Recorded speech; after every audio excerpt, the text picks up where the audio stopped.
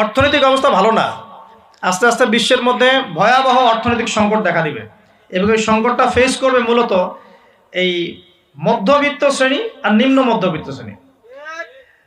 খুব ধনী দেশের কোনো সমস্যা হবে না, যারা মিডল ক্লাস কান্ট্রি বা আরেকটু নিচু মানের কান্ট্রি অর্থনৈতিক দিক থেকে, এদের সামনে ভয়াবহ একটা অবস্থা ফেস করতে হবে। সময় যাইতে দেন, আস্তে আস্তে সব স্পষ্ট হয়ে যাবে, আপনারাই বুঝতে পারবেন। অলরেডি গরিব মানুষ হাহাকার করা শুরু করেছে, হাহাকার করা শুরু করেছে। বড় লোকের তো কোনো সমস্যা নাই, গ্যাস তেল চাল ডাল সব কিছুর দামও যদি বাড়ে, বড় লোকের কোনো সমস্যা আছে? আমার তো কোনো সমস্যা নাই, আমি তো খেতে পারতেছি, কোনো না কোনোভাবে খেতে পারতেছি। কিন্তু যে কৃষক মজুর শ্রমিক, হ্যাঁ, যারা গরিব মানুষ, এরা তো আমার মতো না। আমার জন্য 4 বার বিদ্যুতের দাম বাড়লেও কোনো সমস্যা নাই। 1000, 1500, 2000, 3000 আপনি ইফোর্ট দিতে পারছেন, আপনার তো সমস্যা নাই।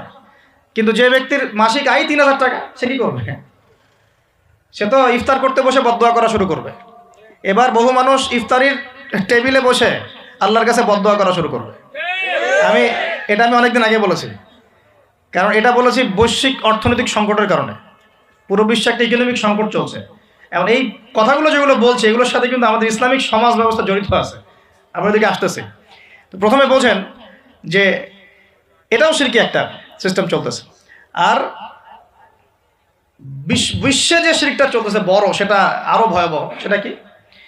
বিশ্বের যারা মোরল, যারা এখন বিশ্ব চালায়, তারা বলতেছে এক কথায় যে ধর্মের কোনো দরকার নাই। বিশ্বে ধর্মের কোনো দরকার নাই, ধর্মগ্রন্থেরও দরকার নাই, ধর্মীয় বিধানেরও দরকার নাই। এই বিশ্ব চালাবো আমরা, বিশ্বের বিধান রচনা করব আমরা, বিশ্বকে পরিচালনা করার মূলনীতি বানাবো আমরা, বিশ্বের মানুষকে চালাবো আমরা। নাউজুবিল্লাহ বলছি ঠিকই, বিশ্ব চলছে এইভাবে। এখানে আল্লাহর আসমানি কিতাব, কোরআন, হাদিস, শরিয়া, ইসলামী সমাজ, এগুলো বুড়ান করতে হবে। কেউ টাইম দেয় না এগুলো। মুখে মুখে বকধার্মিকতা দেখায়। জুমার দিনে এসে নামাজ পড়ে, ঈদের নামাজ পড়তে আসে, তারাবির নামাজ পড়তে আসে, দাড়ি রাখছে, পাগড়ি পড়ছে, এটা বকধার্মিকতা।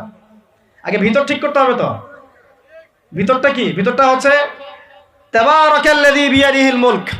সূরা মুলকের 1 নম্বর আয়াতে কি বলছেন আল্লাহ পাক? তাবারাকাল্লাযী বিয়াদিহিল মুলক। বরকতময় সেই আল্লাহ। এই আল্লাহ পাক মহাবিশ্ব সৃষ্টি করেন নাই? এই মহাবিশ্ব কে সৃষ্টি করছে? আল্লাহ। এই পুরো মহাবিশ্বে পৃথিবীর মতো কোটি কোটি কোটি কোটি গ্রহ আছে না? আছে কি নাই? এই পুরো মহাবিশ্বে কার হুকুম চলে? ওই পুরো মহাবিশ্বে কি জিবরাইল আলাইহিস সালামের হুকুম চলে? আল্লাহর কোনো ফেরেশতার হুকুম চলে? কোনো নবীর হুকুম চলে?